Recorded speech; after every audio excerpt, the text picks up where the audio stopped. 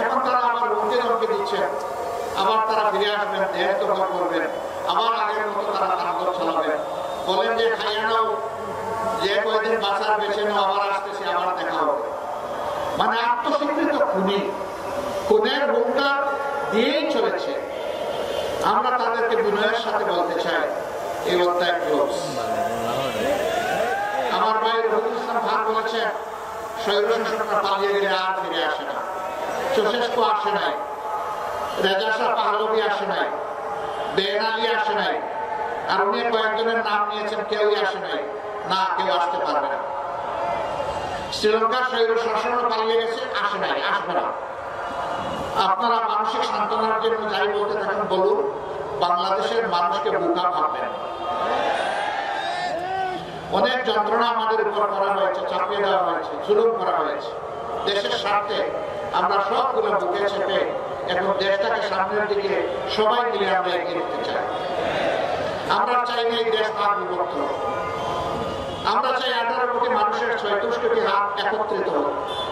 সবাই এক হয়ে হিংসা বিদ্বেষ পরিহার করে আমরা সামনে আগাই।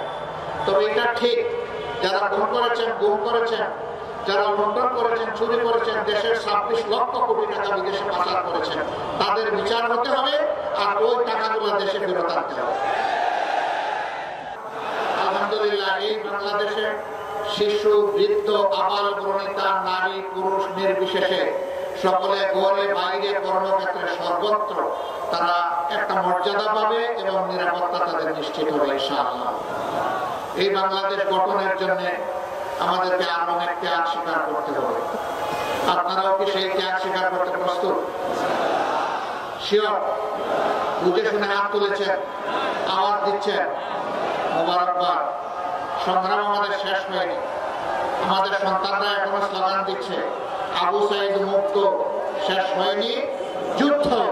আমাদের যুদ্ধ মানবতার মুক্তি অর্জিত না হওয়া পর্যন্ত চলবে ইনশাআল্লাহ। আমরা একটা বৈষম্যহীন দেশ চাই, চাঁদাবাজ মুক্ত দেশ চাই, অবৈধ দখলদার মুক্ত দেশ চাই, দুর্নীতি মুক্ত দেশ চাই, ঘোষ মুক্ত দেশ চাই, এবং একটা সাম্যের বাংলাদেশ আমরা চাই, একটা মানবিক বাংলাদেশ চাই। সেই মানবিক বাংলাদেশের জন্য আমরা ইনশাআল্লাহ কাঁধে কাঁধ মিলিয়ে, হাতে হাত মিলিয়ে আমরা সামনের দিকে এগিয়ে যাবো। আল্লাহ আমাদেরকে কবুল করুন। আমরা বাংলাদেশ জামাতে ইসলামী আপনাদের কাছে বিশেষ অনুরোধ রাখতে চাই, আমাদেরকে যদি জনগণের কল্যাণে কাজ করতে দেখেন, দেশের কল্যাণে কাজ করতে দেখেন, দিনের কল্যাণে কাজ করতে দেখেন, আমরা যেন আপনাদের একটু ভালোবাসা পাই, আমরা যেন আপনাদের একটু দোয়া পাই, আপনাদের একটু সহযোগিতা পাই, ন্যায়সঙ্গত কাজে আপনাদেরকে যেন পাশে পাই, আপনাদেরকে যেন সাথে পাই। যদি কোনো অন্যায় করতে দেখেন, আপনাদের পক্ষ থেকে যেন প্রতিবাদের আওয়াজ উঠে, আপনারা যেন আমাদের সমালোচনা করেন, আপনারা যেন আমাদেরকে টান দিয়ে সোজা করে দেন।